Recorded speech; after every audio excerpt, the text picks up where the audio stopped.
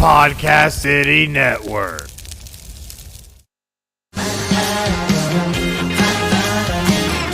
You are listening to The Rip Griffin Show. Make sure to subscribe to the show on all the major podcast platforms. Here's your host, Rip Griffin. Hey, what's going on, everybody? Welcome to this episode of The Rip Griffin Show. Back behind the microphone. It's been a little while, but we've got some things that have started to kind of brew in minor league baseball and major league baseball as well. And we'll discuss that tonight on this episode of The Rip Griffin Show. But before we get into tonight's show and tonight's guest, just want to remind everybody, head on over to ripgriffinshow.com, click on the store. We have merch now. We have t-shirts, we have mugs, tumblers, masks for those that want to wear masks. So your support, your anything that you can purchase, it helps the show. It helps the show grow. It helps the show keep the show ad free. So all that good stuff. So head on over to the ripgriffinshow.com, click on the store, and check out all the t-shirts and everything else that we got there. So, but tonight, my guest, you know him from Htown Astros. He is the co-host, Mr. Brett Htown Wheelhouse. How you doing tonight? Man, I'm doing good. It's good to be on a Saturday. I wish we had more gleeful things to talk about in the baseball world. It just seems like when it rains, it pours. You know, for me, it actually was a great day, though. I found out that I'm going to be the grandfather to a baby boy. My daughter's having a boy, and so that's cool. We get to decide what round of the draft he's going to go when he graduates high school. Where the Astros will pick him. I will be his agent, and I won't ask for anything.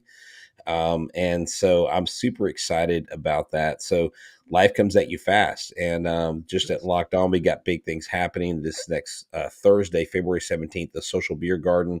Us, Locked On Rockets, and Locked On Texans, all three shows are going to be together live, doing a live podcast from 8 to 9 there. Then we're going to watch the Rockets beat the Clippers there. They got a big 20-foot Jumbotron. It's going to be great. It's going to be live. There's going to be food. There's going to be drinks. So if you're in the Houston area on February 17th, come see us. Sounds like a trifecta full of podcast goodness right there. Yes. All three sports coming together to form one massive podcast. That's going to be great. That's going to be pretty epic. So definitely check that out. It's going to be fun. The Rockets team to be doing pretty well, some way. The Texans got a new head coach. How do you think about Lovie Smith as the new head coach for the Texans? You know, I think it's probably the best they can do right now. I don't know a lot of the guy. I know a lot of people wanted Brian Flores. Right. I don't know what the attraction to him was. I know because he didn't seem to be very successful in Miami. I mean, I don't know. Success begets success, but Lovie Smith's done it before. Lovie Smith, as you know, he won a Super Bowl. You can't deny that. He knows the system. He's been here, but he's not a permanent hold. I think he's going to be there for a year or two. He may be able to produce more than 4 wins. Who knows? Their QB, he definitely showed some promise, but hopefully they can get a draft pick, get an offensive line help, go from there. And, you know, we'll see. You know, the Texans are kind of a bastion of just this downward spiral. And that's what stinks, because you've got the Rockets. They are slowly building. They're on the rise. The Astros are maintaining their success. And the Texans are just kind of, you know, this is a football town. It's become a baseball town, I think. But football is king in Texas, and you hate to see your hometown team be in such turmoil. It seems like every time they turn their head to make a right move, they don't. Oh, absolutely. It's crazy how this how this team has just been in the postseason or the playoffs for so long, and then all of a sudden it's just everything just went downhill. And Yeah. it starts at the top, and hopefully the front office can get it together. And then you've got your coach in place now. Hopefully things can kind of start to turn around, just like the Astros, just like Dusty Baker and James Click, how they kind of started to form this new identity with the Astros and have started to still continue the success that on the field with the postseason, the World Series, top prospects that are coming through the minor league system. I mean, Sugarland, they've rebranded into the Space Cowboys, like we're both representing tonight, which is great. I'm excited to actually hopefully get out to Constellation Field and check out some Space Cowboys games now with you and all the fans that are out there as well. So a lot of things that are on tap for tonight, especially for tonight's show. Even though, yes, like Mr. Corona said, there's still 72 days that's been going on with the lockout, still counting. It's going to be something that's probably going to be continuing on. We'll kind of touch on kind of some of the CBA talks that happened on Thursday, what Rob Manfred had said, kind of what the proposals were for today that they kind of met for just a short time, which is kind of fresh. Yeah, yeah. You would have thought that after all this talk, hey, what's up, Kush? You would have thought that with this big buildup, and Rob Manfred's promises, oh, we're going to start on time, and missing games would be disastrous. It's like, tell me it's raining, but you're peeing on my leg kind of talk. It's like Rob Manfred, like, okay, my wife and I are sitting there watching The Dark Knight, like one of the best movies ever, one of the best cinematic just movies all around. The Love that acting, movie. Love it. the cinematography, the actors, just everything in it. And I'm sitting there and I'm like, this is like, let's get the lockout over. And Rob Manfred's like the Joker, but then it wouldn't be any fun. Like, what's the fun in that? Why so serious? It's like, oh, that's what Rob Manfred's doing. If he ends the lockout, he can't be the center of attention. He loves chasing. He loves keeping this alive because it keeps him in the news, I guess. I mean, I'm trying to wrap my mind around what's taking so dang long, because at the end of the day, the players are making offers and the counter offers from the league aren't even close, Rip. No, no, they really aren't. It's frustrating, especially when you've had 72, 73 days now that have gone on since the lockout had started, and you've come together at the table a total of what, 5 times? Maybe they've met a couple times via Zoom or whatever, but there's been 10, 11 days in between these meetings where things don't seem to go, at least for length and time. Today it was an hour. A Yeah. couple days, a couple of weeks ago, it was what, 90 minutes. I mean, They could have at least sat down and watched like Field of Dreams, that was an hour and a half, and made us think they were in there for almost 2 hours. They could have done something. A Michael Scott, meeting in the conference room is more productive than what Rob Manfred's doing. I feel like I'm watching a really bad episode of The Office. Um, and you know what some of the players are saying, that they are not really that impressed. no. And the league, did you see the quote today that came out from the league from Rob Manfred's spokesperson? Let me see. I've been going over everything that's kind of happened today. I don't think I caught Or do you want to catch that after the minor league baseball thing? yeah, we'll kind of touch on some Okay. minor league baseball because that's kind of one of Yeah. the key things that came out today as well. And we'll kind of jump into that real quick. So apparently, Major League Baseball has been in court since Friday discussing whether or not minor league players should be paid during spring training. Now, their reasoning is that players should not be paid, excuse me, is the fact that they're considered trainees. So basically, these guys are going to camp to further and kind of hone in on their skills, but the club is paying for it, these to train these guys, and it's almost like, well, you're here, um, we're providing this service to you, but we don't think you should get paid. Yeah. So I saw it explained by the guy who filed the lawsuit, who is a former player, a former minor league player. I don't know that the guy ever made it to the major leagues. His last name is Brocious. I don't think he's related to Scott Brocious. Maybe he is. But this former player is basically saying, what you're doing is you're taking this allotted time, these 4 weeks of spring training, and you're saying you're not under contract to do the duties that we have you to do under your contract, but you're still under contract. Like, you're under contract and you have to come play and you have to participate, but you're not under contract in a way that we have to actually pay you because it's not really playing, we're training you. Right. So it's like, are they treating this like a baseball camp?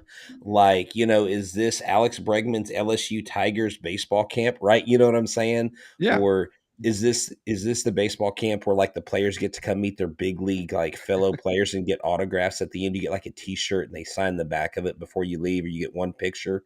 Like they make it sound like the minor league players are coming to this because they want the training. Aren't they invited?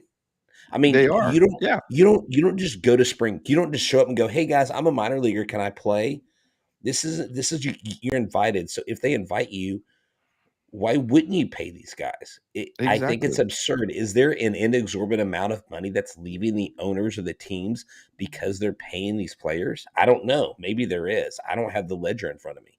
Right. So here's the thing. Like, so if you go and you start a new job, right? You need to have Right. some sort of training to before you say it's a retail job, because retail jobs are one of those that you got to do a lot of the cash register type stuff, a lot of the Mhm. videos and all that good stuff. So there's going to be maybe a one, maybe two, maybe sometimes 3 week training period where you've got to go sit in a room, watch videos, take tests or whatever to learn all that. At that time, you're getting paid for that. You're at work. Yeah, and every job when you're in training, you're getting paid. Now, Exactly. and this sounds like this is an ongoing case, and I asked you prior to coming on the show, why is the timing of this coming out now? Right. Because it's just another thing. Like maybe in the grand scheme it's not that big of a deal, but it is because we've got two baseballs floating around from last year. We've got Rob Manfred saying one thing and another thing happening.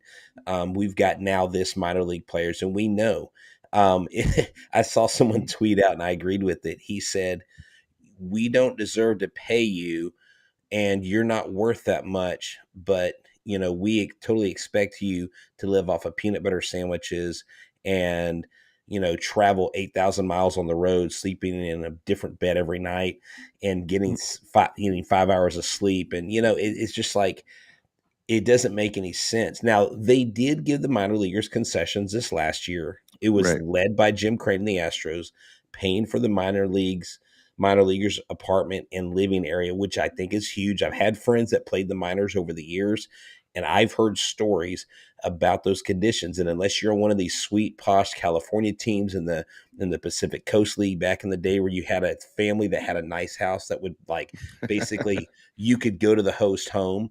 Mhm. Jared Wells, who's from West Columbia area, Clay Hensley, a friend of our show, housed Jared Wells when he was like minor league pitcher of the year for the Padres and stuff, and he had a nice place. But not all these minor leaguers have those things. But now they're providing that, so they've made some concessions. But this not saying we're not going to pay them for these few weeks just seems petty, and It to really does. me, it makes it look bad in the eyes of the fans and just PR, plain, plain and simple.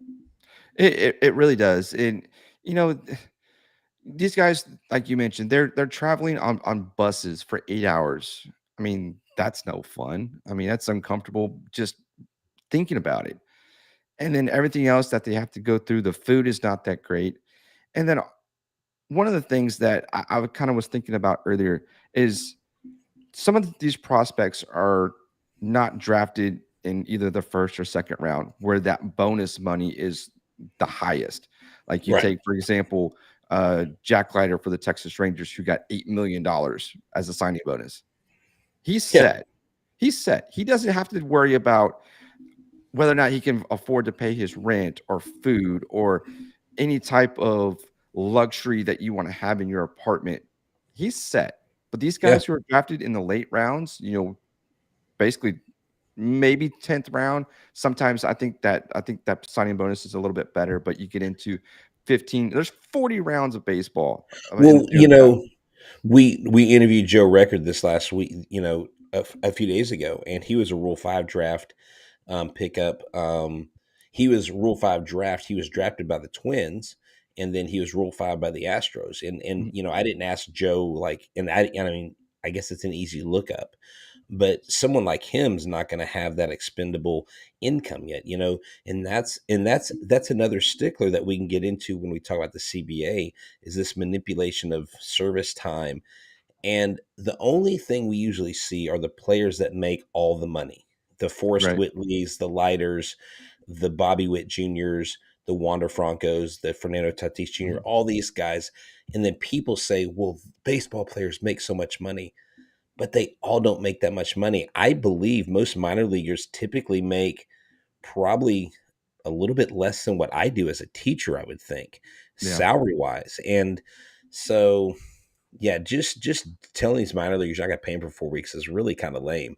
And I hope there's more to that, and I hope it gets settled in their favor. But it sounded like from the article from the Athletic that the judge basically told the attorneys of MLB, like, you've been in here before and you basically talk a big game, but you kind of basically like you kind of make crap up just to Right. support your case. Basically, like the judge didn't believe it. Like he was calling BS on these guys.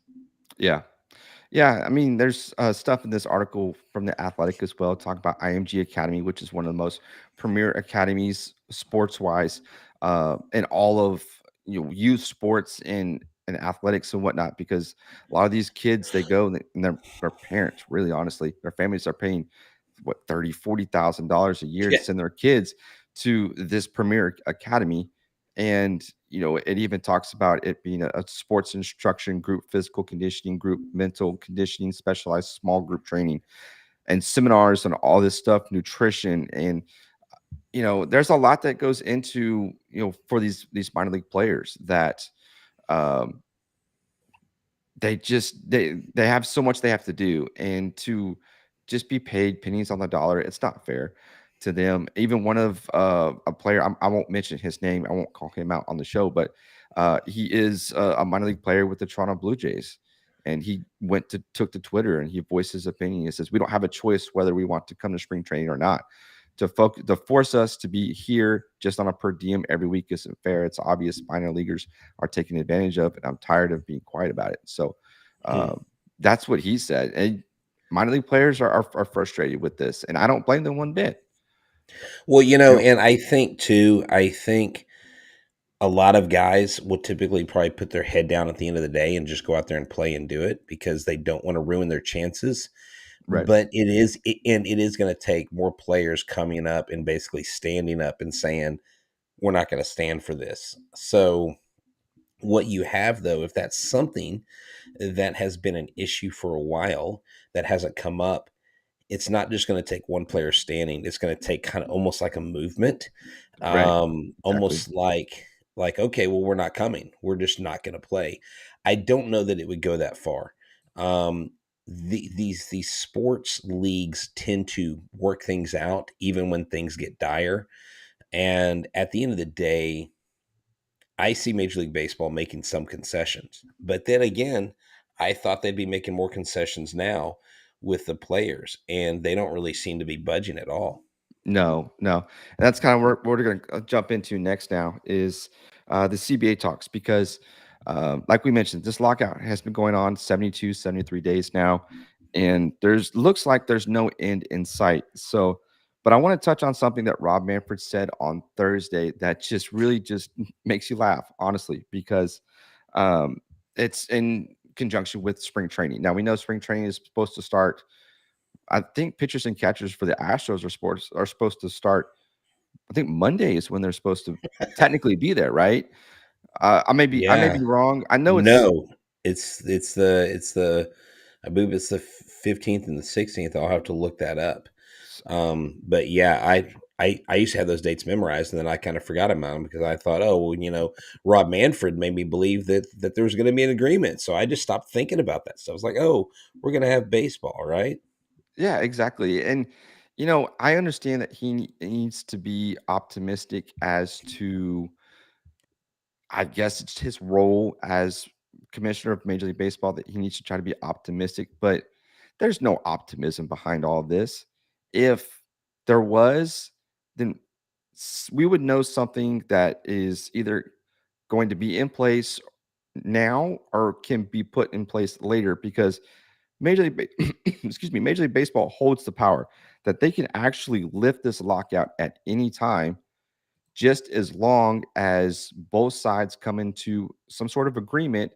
And obviously, it would be, if the lockout was lifted, then they would go under the old CBA temporarily, and both sides could continue to hash out the details and whatnot. But spring training would start on time, the season would start on time. But no, they choose not to do that because it's more of a bully game. Who's going to make the first nudge? Who's going to give in?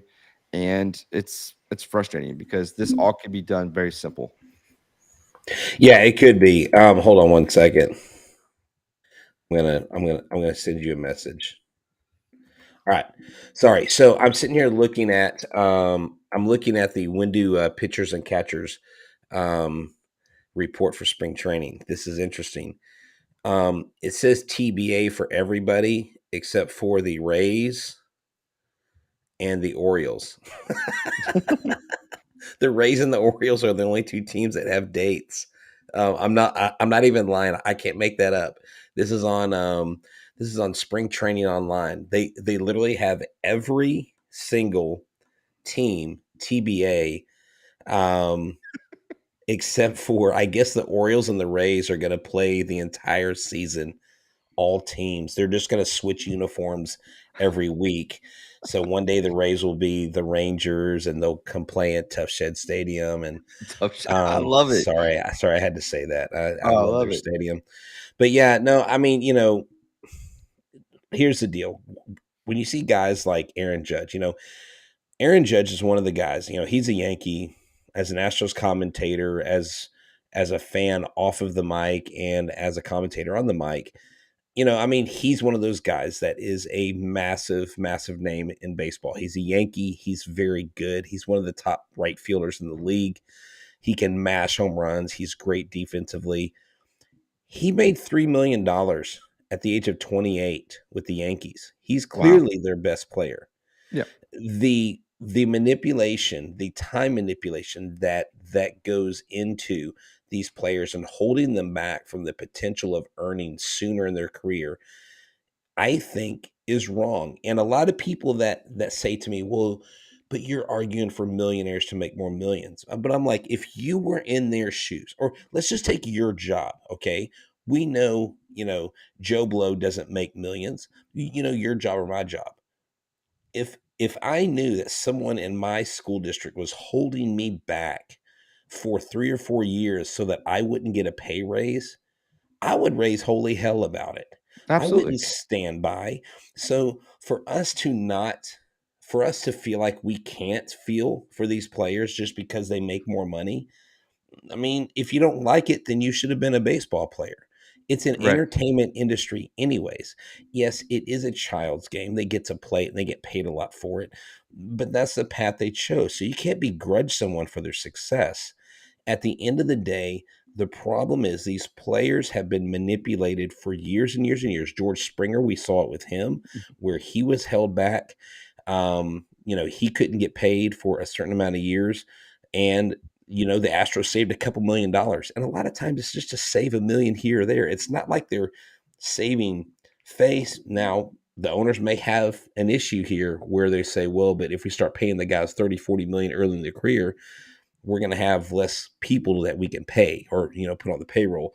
So I understand the give and take, but the manipulation, the years of manipulation and holding players back, I think is not right. No. If a player's ready, they need to be called up now. Don't Yeah. make them wait for 2 to 3 weeks, whatever that threshold is. I think it's 3 weeks after the season starts that a player needs to be down in AAA, and then they can be called up. I mean, the Cubs did it with Chris Bryant, and he was absolutely furious. I mean, Astros did it with Springer as well. But if a player is, and James Click came out and said, I believe there was something on MLB Network Radio. I think it was pertaining to Corey Lee, Okay. and James Click said if Corey Lee is ready, then he will be there. He will be up with the team. Hmm. Now I don't know if it was Corey Lee or if it's somebody else. I don't know. Okay. I don't recall. But there was an interview with James Click, and he did say that, if so-and-so player is ready, that is the time for him to be called up. And they did it with Jake Myers You're last true. season. True. Yeah. So, Yeah, that is true. That's that's an excellent point. So the MLB's new proposal with the MLBPA, and I'll do this for our listeners, the 4 issues that they were trying to address was the minimum salary, pre-arbitration bonus pool, competitive balance tax, and what we just got through talking about, service time. right. And so those are the major sticking points. Did you believe Rob Manfred last week or earlier this week when he said that there was not going to be a delay? Do you think he was just blowing smoke up our skirts? I think what he was doing was he was putting someone on the clock. And I think he was putting the owners on the clock, because even though he works for the owners, he almost was just subliminally, I'm kind of butchered that, but oh well, saying, even though we're not going to actually commit to there being a delay, but we're going to just keep it as the status quo, and maybe the owners will cave and agree to whatever it is that the players union is wanting, and then that way we can get started, and all these guys have to scramble around real quick from wherever part of the country they're in and travel to Arizona and Florida within 2 days. And I think too, one of the things Eric and I talked about the other day was, I think that, and you kind of touched on this, that the owners and Rob Manfred are saying, see, we had hope and we were willing, but they didn't compromise. But, we brought to the table this willingness to start, and they just didn't want to start on time. Shame on those baseball players. You got to look at them. It's kind of like putting the blame on the players. And that to me is what it felt like. Mhm. And he would never admit to that. But here's another fact that someone brought to my attention. He's a lawyer by trade. Right. He helped. I think he helped with the negotiations back in the 90s when they went on strike. If I'm correct, I may be wrong on that. I know he's helped the owners in some other labor agreement or disagreement before. He knows, and the owners know, how many games they can lose and how much spring training they can lose before they start losing in the bank account, before Exactly. they start. So that is where the owners and Rob Manfred have a leg up on this. And like Ted Harrington says here in the comments, there is too much roster manipulation in the MLB. That is a correct statement. Absolutely. And it's oftentimes, if not every time, puts the player at a disadvantage. It really does. And these are the guys that are going out and making these owners billions of dollars every season. But they don't want to pay that. They don't want to pay what the player is worth. They want to try to, I mean, it's all how much money can you make me and how much money can I save? And the two are trying to Now, merge together.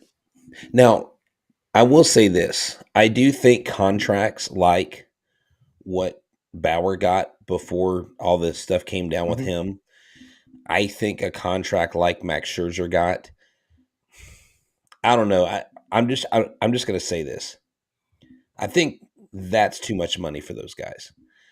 I Yes. don't know that Max Scherzer at his age is worth $45 billion, No. but if the owner wants to pay it, then pay it. The problem Right. is a lot of the owners don't, because you have Rays who are being successful. But what I'm getting at, and what I think I'm hearing, just the rumblings in the league and around the league and people I talk to, is that the players don't really like the fact that the Rays are having success on a minimal budget, because then that means other teams will try to do that and they won't pay them as much. So there are so many things that, when someone tells me, well, when you talk about this, you don't really understand it. And I'm like, you're right. I don't understand it. Like, it is insane. But they have to at some point compromise. Oh Somebody yeah. has to.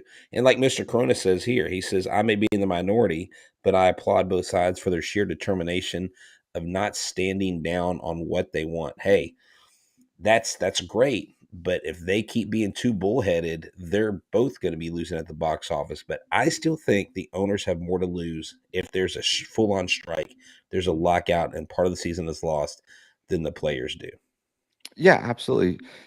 I honestly believe that if we by Major League Baseball and the Players Association cannot come to an agreement soon, that these players are just going to be, you know what, we're going to strike instead. We've given you what we've asked for.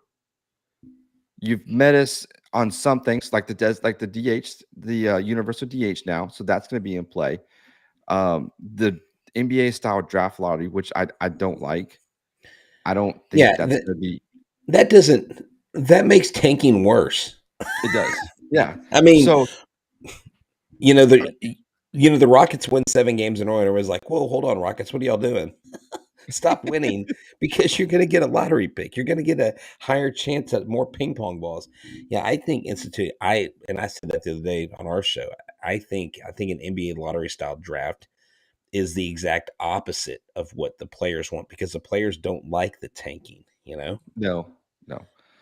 And then a couple of things that Rob Manfred said on Thursday, that there's um, the pre-arbitration, the player pool from 10 million to 15 million.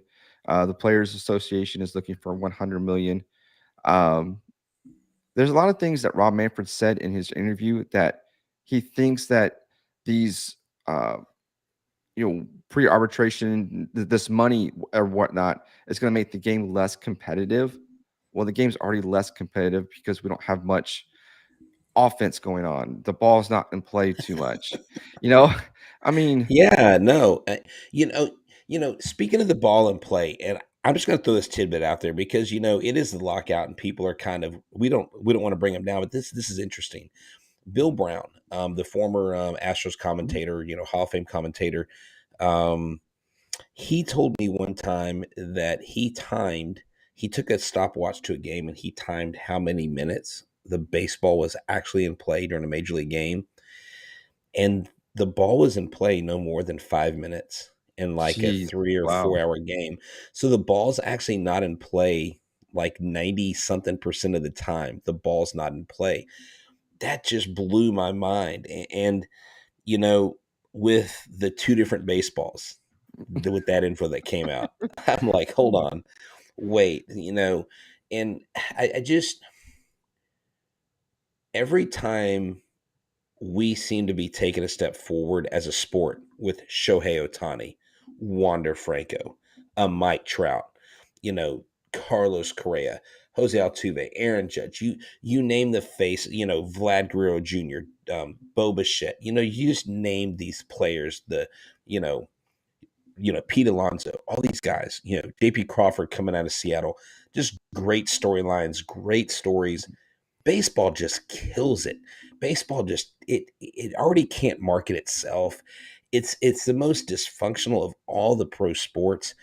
And at the end of the day, I mean, what they don't realize is we're in a society that is like they want instant gratification, right. and they're going to lose people. There are already fans talking on Twitter saying, "Stop renewing your season tickets.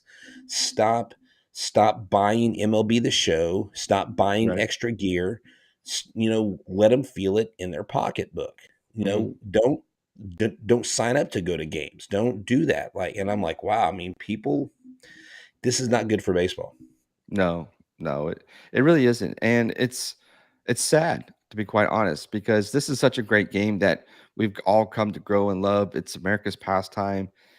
You know, back in the day, my father was telling me a story that guys that would go that were working during that industrial era of um, as the country started to grow back in the early 1900s and whatnot, guys would go on their lunch break, go watch a baseball game, which was an hour and a half long, then go back to work. I mean, now it's 3 or 4 hours. You've got commercials. You've got, um, you know, they're trying to speed up the game, which to my opinion, it's hey, I mean, it's all about strategy because you brought analytics into the game, and that's where the competitiveness is more in focus now. And Right. Now I think our sport, unlike any other sport, offers unique opportunities for people when they're watching. I just think that the whole nuance of the game, the bottom of the ninth, you got two outs, you got bases loaded, or I guess it was the 2017 season. The Astros were in Anaheim and they were down by 4 or 5 runs going into the ninth inning. And they came back and they won and they scored like 5 or 6 runs in the ninth inning and they shut it down in the 10th inning. It came over. You don't really get that excitement. I mean, the NFL's kind of had that excitement.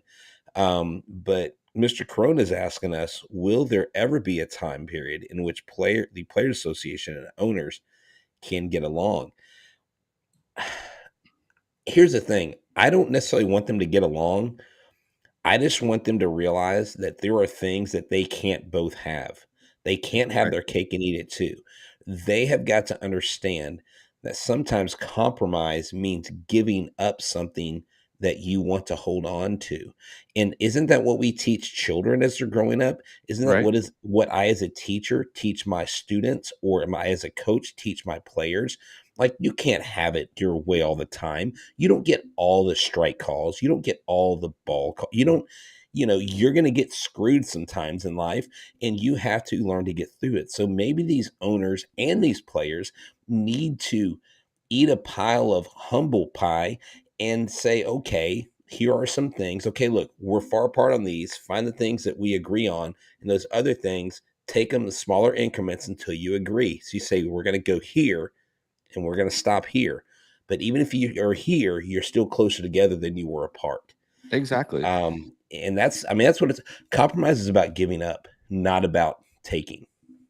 Yeah, and you know, one of the things that Rob Manfred said that was it was interesting. I'm trying to find the quote that he actually said because, um, it's I'll kind of paraphrase because he said, you're only one small agreement away for something bigger happening, Yeah, and he basically said you're one small agreement, no breakthrough from an agreement. yes, And I'm yes, like, okay, well, where no, where is that?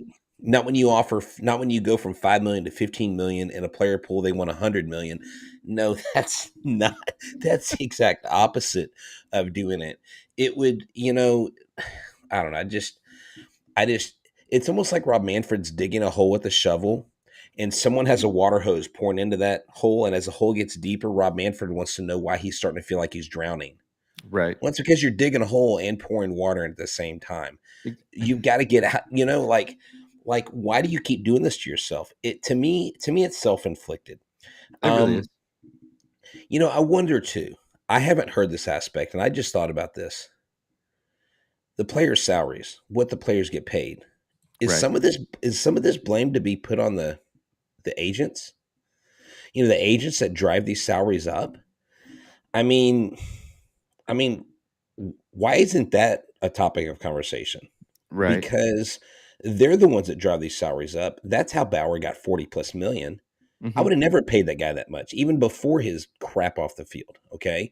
Exactly. I would never give Max Scherzer what they gave him, even if I had $18 billion like No. Cohen has. I just, they are a part of the problem, but they're not the ones negotiating, right?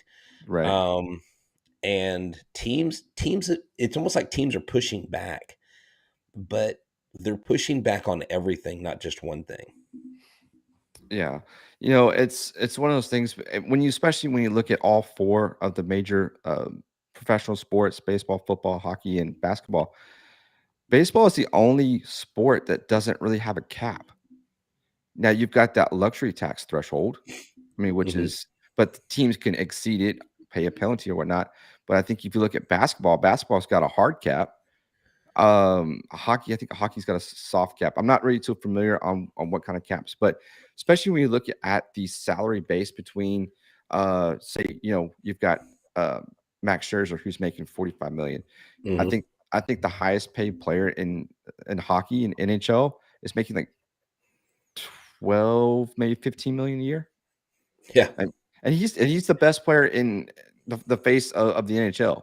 I don't know his name. I'm not too familiar with that, but that's where there's. I mean, it's the scale is very one-sided.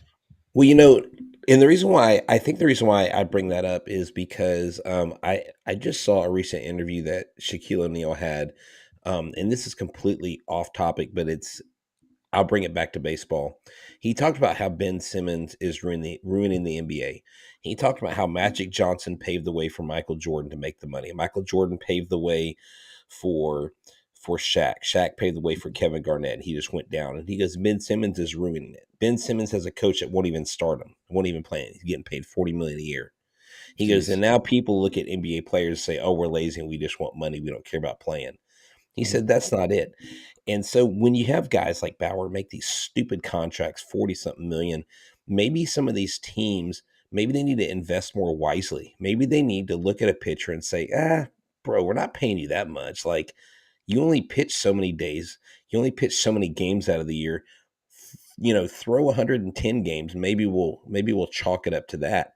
But Right. some of these pitchers getting paid 3-4 times what these position players when they're out there every day on the field, that is the kind of manipulation too that the owners are looking at, saying, we don't, what are you talking about, dude? You smoking crack? We're not going to keep paying these inflated salaries, because at Exactly. the end of the day, they can't, because Jordan's going to come up in free agency the same year Tucker is. You're Hmm. not going to play both of them, because you know why? Jordan's value just went through the roof because of the universal DH. Exactly. Because eventually he will be the David Ortiz 2.0, because he will be a DH. That's just what will happen Right. because of his knees, not because he can't play, but because of his knees. That's where teams will put him. But his value inexplicably went up. Now, are you going to pay Kyle Tucker 350 or 400 million and pay Jordan 250 million? No, you're not. But you've got a decision to make. And the more Right. these salaries get driven up by the Scherzers, by other guys that are making 45, almost 50 million, that's not helping either. They No. say it's helping other players, but I just don't think it is. Right. Now, Mr. Corona says people want Correa now and worry about Tucker and Jordan later, by the way. So, um, I mean, Yeah, they do. I mean, they do. But if you get Correa now, and if you hamstring yourself past 2025, 2026, you might be able to hold on to Tucker. And if I have a choice between Tucker and Jordan, I'll take Tucker over Jordan, simply exactly. because of all the tools Tucker brings. Not because Right. I love Jordan. Like, I want Jordan to be an Astro for his entire career. Like, Absolutely. I love his personality. I love what he brings to the team. You never want to see a guy leave like that, right? Right. But reality is going to set in. I mean, what's going to happen when freaking Juan Soto comes up? They're Yeah. saying he's going to make 500 million. It's just like, at what point does the player, what they're getting paid, become an issue? Again, I'm not going to begrudge a man or a woman to earn their potential, to earn their highest potential.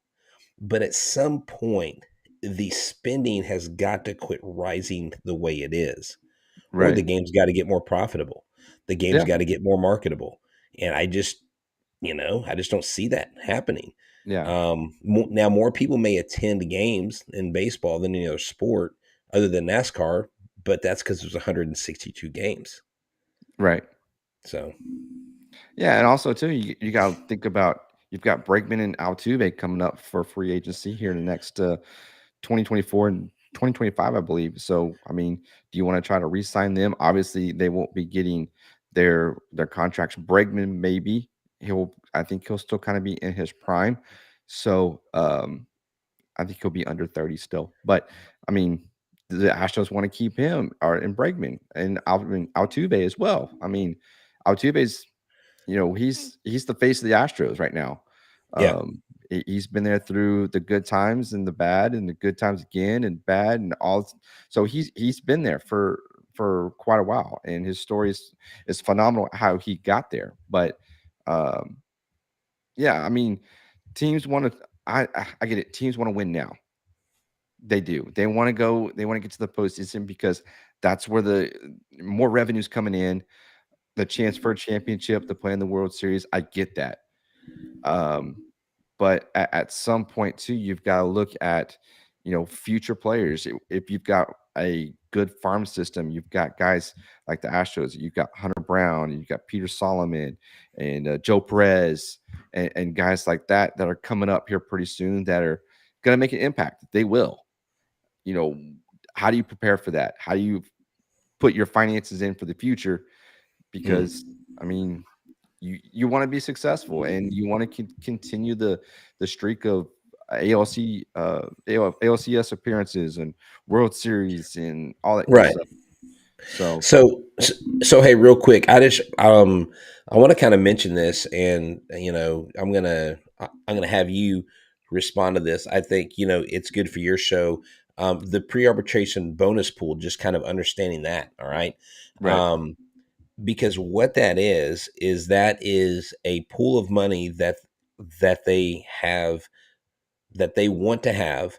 Basically, what they want to do is to develop a mutually agreeable war statistic to allocate to the pool's funds. Okay, the Fangraphs and Baseball Reference expressed concern over their war metrics would be relied upon for player compensation. But on average, the top 30 pre-arbitration players would have increased their salaries by 74% under this proposal. And they're asking for 105 to $100 million. They moved it down where the owners are like, we'll give you 15 million. So right, that player pool is basically the MLB Players Association saying the top 30% of our players are going to increase their salary. The owners are probably going to say, but those top 30%, aren't they the guys that are making the most money already? You see what I'm saying? right, But that's also why Major League Baseball wants more money in there so they can allocate that to more players. And that's basically taking more profits and more revenue from the clubs and distributing it to the players. Because as salaries have risen, hmm I mean, not salaries, as revenue has risen, the players piece of the pie has pretty much flatlined. It's gone up, but very, very small increments compared to the owners. If you look at the graph, it's yeah, pretty yeah, it's it- pretty eye opening when you look at it. You're like, oh, that's a pretty big chasm right now. right. You know, I'm all for it. I mean, yes, the owners need to make money, but the players also need to make money as well. And if there's some sort of so if the players or the owners are here and if the players are if they can somehow kind of just continue stay, I mean, obviously, stay under uh you know at least get some sort of increase. They're not gonna the owners aren't gonna let them make more than whatever. I mean, Right. it's I mean that's that will never happen. So but if there's an agreement where the two can meet in the middle, and if it doesn't have to be 105 million between the two, I mean, start somewhere, say, kind of in the 50 to 60 million dollar range. You Yeah. know, start there. I mean, there's a huge gap between these two. I mean, 15 million for MLB and the Players Association is wanting 100 million. They came down from that 105. So as you can see, there's the scale is still tipped in one favor. Very tipped. Yeah. And that's what's frustrating. The bottom line is baseball needs to get their what together. Absolutely. And because I freaking want to know where Carlos Correa is going, dang it. I want to know where Freddie Freeman's going. I want to know. I mean, dude, is Sully baseball right? Sully told me the other day, he said, believe it or not, I see Correa going to the Angels. He said they're all about middle finger moves and they could care less about signing pitchers. So why wouldn't they sign Correa? I Well, was like, it makes California Angels sense, doesn't it? I it mean, does. I would hate to see him in an Angels. I would hate to see him in an Angels uniform, but it would be better than the Yankees uniform, I guess. I don't know. Yeah. I just thinking about him and Altuve not being that second and shortstop combo with Bregman. I found an old picture of from the stadium, and it was Altuve, it was Springer, Correa, Chris Carter, Domingo Santana, Preston Tucker, and Marwin Gonzalez. They were all standing with their backs to us. And I was like, Yes. oh, look at that team. That was like Chris Carter, man. Chris, that dude would hit home runs, but it was just like seeing Correa and I mean Springer and Altuve all there. And I'm like, Altuve may be the only one that's still there Yep. after it's all said and done. You're exactly right. That is where it could be possibly be heading. Preston Tucker is a guy that we haven't talked about in years because, former Astro himself, but I think he's over playing in Korea now. I think. But no, to go back to your point about the Angels real quick. You know, they did sign Noah Syndergaard, but he'll Yeah, probably he'll yeah. he'll You know, I'm sorry. Sam, yes, they drafted pitchers in 2021, but those pitchers won't touch the majors for 3 or 4 years. So yeah. they haven't done anything to address their pitching issues. They should have gone out and gotten a Robbie Ray or paid someone, but they think somehow Otani and Trout are going to carry the load with Rendon if he comes back from injury or whatever happened with that guy. So um, they are allergic to good pitching. I mean, just ask our Pujols. Right, exactly. Yeah. Noah Syndergaard is going to be there, but he's only going to give them maybe 2/3 of a season. So, and Yeah. then whenever the season starts, it could be shorter than that too. So, but yes, like Dorothy said, I miss baseball so much. I'm going to watch some pre-recorded Astros in my DVR with the fireplace lit. There you go. That's perfect right there. Love it, love it. So, but a lot of good things, some head scratching things, but still no baseball. And I'm going to put money on it right now that spring training does not start on time. Oh man, I hate that. Yeah, I would say you're just being a party pooper, but I think you're Sorry, being more of a realist. No, it's okay. I I'm trust not. me. I'm not the I Rob just Manfred optimist. I'm not either. I don't think he is. I think he's full of BS, and I think he knows it Yeah. too. Oh, You he know. does. He does. But we'll see what happens. Pitchers and catchers are supposed to report Tuesday, starting Wednesday, and we have no deal. No, nothing really happened today. An hour's worth of talk. So it was fairly productive. And Breaking yeah, news. Breaking news. Rip in H-Town reveal baseball has not made an agreement. That's right. That's right. Unfortunately, guys, there will be no baseball right now. I'm not gonna say no more baseball, but you still have college and minor league baseball that's going to be starting. Hopefully, these guys can get paid as well. We kind of touched on that at the beginning of the show, but man, what else is there to talk about with uneventful Hmm. things that have happened during the lockout? So Well, yeah, exactly. Well, here's the thing. We will have minor league baseball. The 40 the 40-man roster guys, I don't believe will be able to play if they're still locked out. no, So, but there will still be baseball. So, yeah, and then college baseball starts up. I know Rip, you're doing a lot with covering college and minor league baseball. So I'm just going to plug Rip's show here. If y'all have not subscribed and you're listening and you're subscribed to our show, go make sure that you subscribe to the Rip Griffin Show. Follow him on Instagram. Oh, are you on Instagram? no, I haven't figured that out yet. Okay. Okay. So Follow him on Twitter and Facebook and make sure you give him a like, share. He is a friend of the show. We love having you on, Rip. I appreciate you having me on. I know you've had Eric on as well. We always enjoy talking baseball with you. Super knowledgeable. You're grinding. You're just an average Joe like us with a yeah. podcast and a mic, and we got this awesome thing called the internet that we get to like broadcast this stuff. And so whether baseball's locked in, locked out, or going full strength, you can promise a Rip Griffin will be covering it. Absolutely. College baseball starting up this coming Friday, February 18th. We got Division One kicking off. So number one Texas Longhorns are kicking it off at a quest for back to Omaha and hopefully winning the national title. They square off against Rice. So a lot of great things coming this Friday. It's gonna be an exciting day for baseball, college baseball, that is. So, but H-Town, I appreciate you coming on, talking some CBA talk, some minor league baseball talk, and we got some hopefully, kind of address some of the things, but obviously not everything. So, but I appreciate you coming on. You can let everybody know. Follow you at Htown Wheelhouse on Twitter, at Stros Formula One on Twitter, Instagram, and Facebook. Always positive, always Stros. So, but I appreciate you coming on. It's been a great show. Yes, Glad sir. to be back in it. It's been a while since I've done a podcast, so I'm glad to get back and talk to you. So, But that's Yeah, man. Thanks for having me on. Yeah, man. Keep grinding, and absolutely. we will definitely see each other at Constellation Field. Absolutely. I'm looking forward to seeing some Space Cowboys baseball.